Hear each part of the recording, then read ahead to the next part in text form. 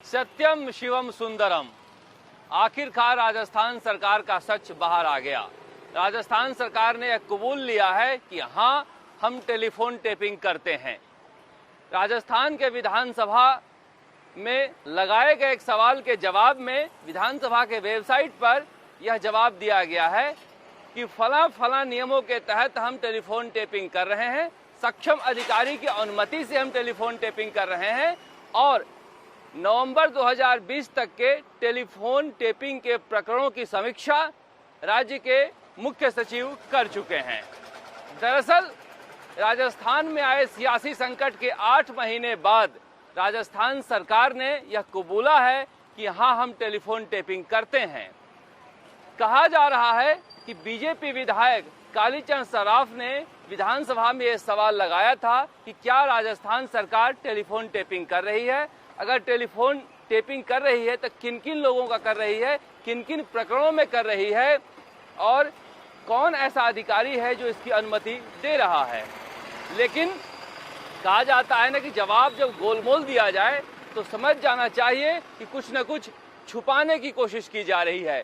यहाँ पर कुछ भी नहीं बताया गया है कि किस अधिकारी की अनुमति से हो रहा है, किन किन प्रकरणों में हो रहा है, किन किन का किया गया है। बस 2 लाइन का जवाब दे दिया गया है।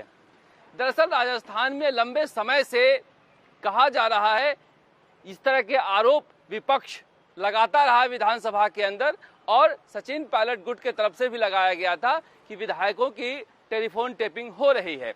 जब वो जैसलमेर में थे, होटल में, सूर्यगढ़ पैलेस में, तब भी आरोप लगा था और यहाँ भी आरोप लगा था। लेकिन राजस्थान सरकार बार बार यही कहती रहती थी कि हम अपने विधायकों के या नेताओं के, मंत्रियों के टेलीफोन टेप नहीं करते हैं। उसके बाद अचानक से 2-3 टेप भी सामने आए थे जिसमें केंद्रीय मंत्री गजेंद्र सिंह शेखावत की बातचीत थी।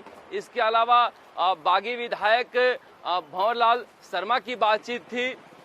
इन टेप के प्रकरणों के बाद राजस्थान में हर तरफ से राज्य सरकार पर यह आरोप लग रहे थे कि टेलीफोन टेपिंग हो रहे हैं। और जहां तक गजेंद्र सिंह शेखावत के टेलीफोन टेपिंग प्रकरण की बात है तो उसमें तो मुख्यमंत्री अशोक गहलोत इतने आश्वस्त नजर आए कि उन्होंने कह दिया कि अगर ये टेप झूठा होगा तो मैं राजनीति छोड़ दूंगा। उसी समय सवाल उठने लगे थे कि हाँ, राजस्थान में टेलीफोन टेपिंग हो रही है, तभी मुख्यमंत्री अशोक गहलोत इतने आश्वस्त हैं। मुख्यमंत्री अशोक गहलोत तब यह भी कहा करते थे कि लोग बातचीत करते करते अचानक से कहते हैं व्हाट्सएप पे आ जाओ, तो लोग उस समय भी सवाल उठाए थे कि क्या कोई टेलीफोन सुन रहा है जो इस तरह की बातें मुख्यमंत्री अशोक गहलोत को बता रहा है। अभी विधानसभा में फिर उन्होंने कहा कि आजकल लोग कहते हैं फेस टाइम पे आ जाओ। इसका मतलब कहीं ना कहीं कुछ ना कुछ चल रहा है और मुख्यमंत्री अशोक गहलोत तक ये जानकारियां पहुंच रही हैं। यही सवाल जब विपक्ष और सचिन पायलट गुट के तरफ से उठाए गए थे तब हमने भी सवाल सरकार के सामने उठाए थे और सरकार के सामने कुछ दस्तावेज जो सोशल मीडिया पर थे वो हमने पेश किए थे। तब उस वक्त सरकार ने हम पर मुकदमा दर्ज कर लिया था। हालांकि बाद में सरकार ने वो मुकदमा वापस ले लिया, लेकिन जिस तरह के आरोप लग रहे थे उसके बाद यह जवाब आए हैं। निश्चित रूप से सवाल और पूछे जाएंगे क्योंकि जो सवाल पूछे गए थे उन सवालों का जवाब अब भी नहीं मिला है। सिर्फ स्वीकारोक्ति आई है कि हाँ, टेलीफोन टेपिंग हो रही है।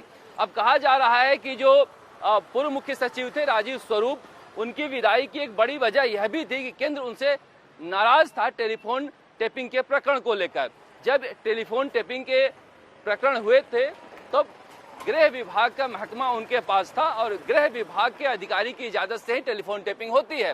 बाद में उसी हैसियत से इन प्रकरणों की समीक्षा की। जब वो मुख्य सचिव थे तो वही इन प्रकरणों की समीक्षा भी कर लिए। ऐसे में सवाल उठने लगे थे कि जिस विभाग के तहत टेलीफोन टेपिंग किए गए उसी विभाग का अधिकारी बाद में मुख्य सचिव बन जाता है, वो उन प्रकरणों की समीक्षा करता है, तो आखिर में न्याय कैसे हो पाएगा। इस बीच थोड़े से वक्त के लिए रोहित कुमार सिंह सीनियर IAS गृह सचिव बनाए गए। जिस तेजी के साथ बनाए गए थे उसी तेजी के साथ हटाए गए। तब भी ये सवाल उठ रहे थे कि क्या टेलीफोन टेपिंग प्रकरण को लेकर कुछ ऐसा चल रहा है जो सरकार छुपाना चाहती है।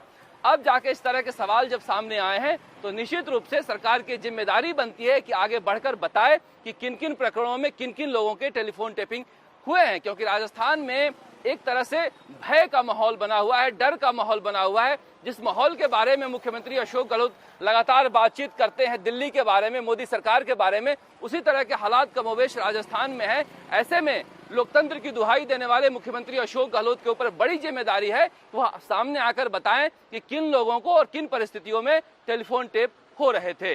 राजस्थान तक के लिए जयपुर से शरद कुमार।